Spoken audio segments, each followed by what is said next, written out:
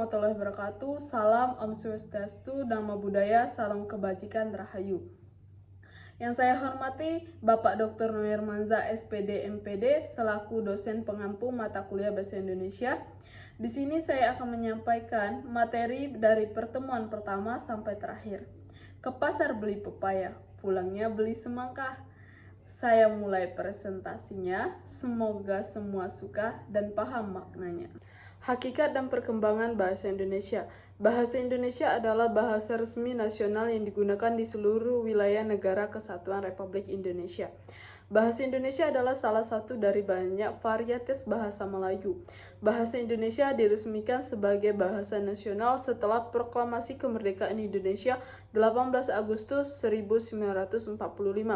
Bahasa Indonesia memiliki beberapa fungsi, yang diantara lainnya 1. Fungsi komunikasi, 2. Fungsi identitas nasional, ketiga fungsi integrasi sosial, dan yang keempat fungsi pendidikan dan ilmiah. Bahasa Indonesia digunakan sebagai bahasa pengantar dalam dunia pendidikan dan sebagai sarana pengembangan ilmu pengetahuan. Contohnya hakikat bahasa Indonesia. Sikap berbahasa Indonesia. Sikap berbahasa yaitu peristiwa, perasaan, atau kejiwaan seseorang terhadap bahasa sendiri atau bahasa orang lain dalam wujud bangga, mengejek, menolak, atau menerima bahasa tertentu dalam penggunaannya dalam berkomunikasi dengan orang lain. Ciri sikap bahasa yaitu satu, kesetiaan bahasa yang mendorong masyarakat suatu bahasa mempertahankan bahasanya dan apabila perlu mencegah adanya pengaruh bahasa lain. 2. Kebanggaan bahasa yang mendorong orang mengembangkan bahasanya dan menggunakan sebagai lambang identitas dan kesatuan masyarakat. Ketiga, kesadaran adanya norma bahasa yang mendorong orang menggunakan bahasanya dengan cermat dan santun merupakan faktor yang sangat besar pengaruhnya terhadap perbuatan menggunakan bahasa. Komponen sikap bahasa. 1. Komponen kognitif berhubungan dengan pengetahuan mengenai alam sekitar dan gagasan yang biasanya merupakan kategori yang dipergunakan dalam proses berpikir. 2. Komponen efektif menyangkut masalah penilaian baik, suka atau tidak suka terhadap sesuatu atau suatu keadaan. Maka orang itu dikatakan memiliki sikap positif. Jika sebaliknya disebut memiliki sikap negatif.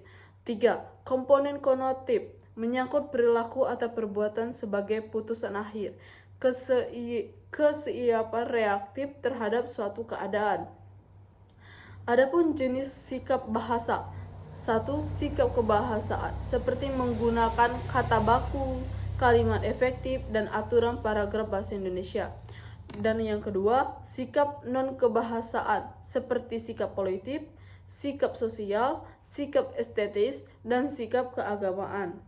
Kedua jenis sikap ini dapat menyangkut keyakinan atau kognisi mengenai bahasa. Penanaman hakikat dan nilai bahasa sebagai penghela ilmu pengetahuan. Hakikat bahasa Indonesia adalah inti atau esensi dari bahasa sebagai alat komunikasi yang digunakan manusia untuk menyampaikan pikiran, perasaan, dan informasi. Nilai bahasa mencerminkan fungsi dan peran penting bahasa dalam kehidupan manusia, termasuk sebagai alat pendidikan, pewarisan budaya, dan pengembangan ilmu pengetahuan. Istilah penghela ilmu pengetahuan berarti bahwa bahasa menjadi kendaraan atau alat untuk utama mengembangkan, menyebarluaskan, dan mengkomunikasikan ilmu pengetahuan. Tanpa bahasa, ilmu pengetahuan tidak bisa dipahami, diajarkan, atau diwariskan kepada generasi berikutnya. Penanaman nilai bahasa dalam ilmu pengetahuan. 1. Yaitu pendidikan bahasa yang berkualitas. Bahasa Indonesia harus diajarkan tidak hanya sebagai alat komunikasi, tetapi juga sebagai bahasa ilmiah yang mampu menampung istilah dan konsep dari berbagai bidang ilmu. Contoh penggunaan bahasa Indonesia dalam jurnal ilmiah nasional dan tugas akhir mahasiswa. Pembiasaan penggunaan bahasa baku dan ilmiah, mendorong siswa, mahasiswa, dan akademis menggunakan bahasa Indonesia yang baik dan benar dalam menulis karya ilmiah. Misalnya menulis laporan praktikum, makalah, dan skripsi, dan lain-lainnya.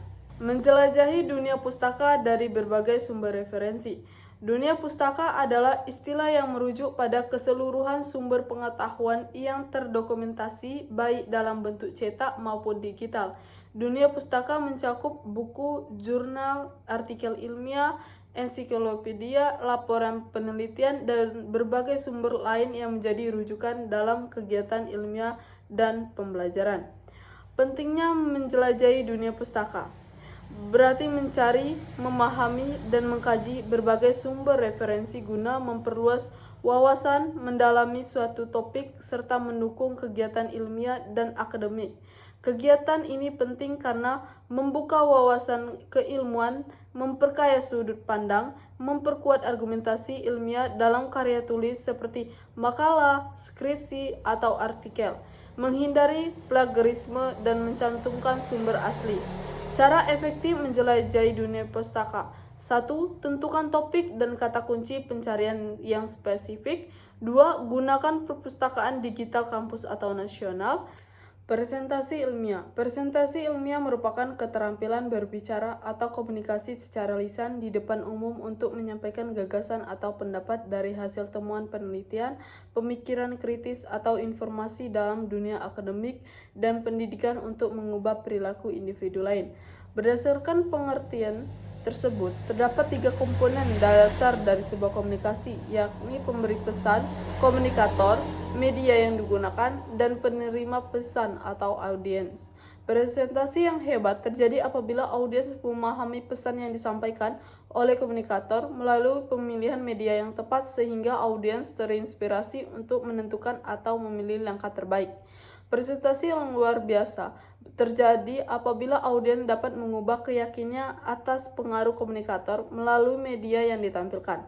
Presentasi yang buruk terjadi apabila komunikator tidak mampu menjelaskan pesan atau hanya dimengerti diri sendiri dan tidak mengoptimalkan media yang dipergunakan sehingga audiens tidak paham terhadap pesan yang diterimanya. Mendesain proposal kegiatan. Proposal kegiatan adalah dokumen tertulis yang berisi rencana suatu kegiatan secara sistematis dan terstruktur, disusun untuk mendapatkan persetujuan, dukungan, atau pendanaan dari pihak terkait. Proposal ini bisa digunakan oleh pelajar, mahasiswa, organisasi, lembaga, atau panitia untuk melaksanakan berbagai kegiatan seperti seminar, lomba, pelatihan bakti sosial, atau acara sekolah atau kampus. Tujuan proposal kegiatan: menjelaskan maksud dan tujuan dari kegiatan. 2. Menyusun rencana pelaksanaan kegiatan secara rinci, meminta persetujuan atau rekomendasi dari pihak yang berwenang, mencari sponsor atau sumber dana sebagai acuan pelaksanaan kegiatan. Struktur umum proposal kegiatan yaitu halaman judul, latar belakang, tujuan kegiatan, nama dan tema kegiatan, waktu dan tempat pelaksanaan, sasaran atau peserta, susunan acara, susunan panitia, anggaran dana, penutup. Melaporkan dan mempresentasikan hasil penelitian. Melaporkan hasil penelitian adalah menyusun laporan tertulis secara sistematis berdasarkan data dan temuan yang diperoleh dari penelitian. Laporan ini mencerminkan seluruh proses penelitian mulai dari latar belakang hingga kesimpulan.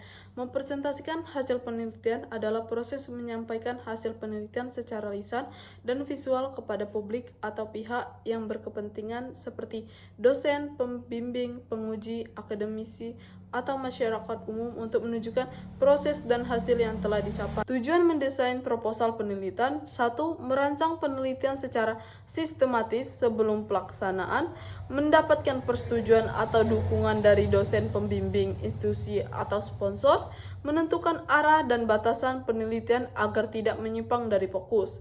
Dan yang keempat, menjelaskan urgensi dan kontribusi penelitian terhadap pengembangan ilmu sebagai dasar evaluasi kelayakan suatu rencana penelitian. Struktur umum proposal penelitian: 1. Judul penelitian. 2. Latar belakang masalah. 3. Rumusan masalah. Dan yang keempat, tujuan penelitian. 5. Manfaat penelitian. 6. Tinjauan pustaka.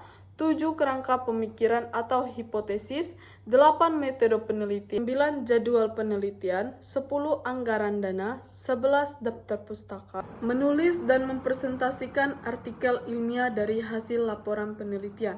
Artikel ilmiah adalah karya tulis akademik yang berisi hasil penelitian atau kajian ilmiah yang ditulis dengan struktur dan gaya bahasa ilmiah, serta ditunjukkan untuk dipublikasikan dalam jurnal, proceeding, atau media akademik lainnya.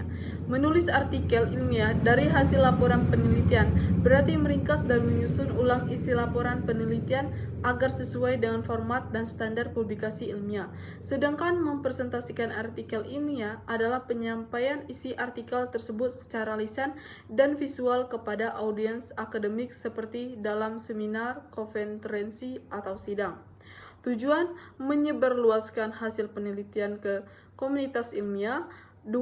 Mengkomunikasikan kontribusi ilmiah yang telah ditemukan, mendapatkan pengakuan akademik melalui publikasi atau presentasi, melatih keterampilan berpikir kritis dan menulis ilmiah. Demikian yang bisa saya sampaikan pada kesempatan kali ini. Semoga apa yang telah saya sampaikan bisa bermanfaat bagi kita semua. Jika ada kata yang kurang berkenan, saya mohon maaf. Saya akhiri dengan sebuah pantun. Jalan-jalan ke kota Blitar, jangan lupa membeli semangka. Jika ada salah dan kilap yang terucap, mohon maaf sebesar-besarnya. Wassalamualaikum warahmatullahi wabarakatuh. Terima kasih atas perhatiannya. Salam sejahtera bagi kita semua.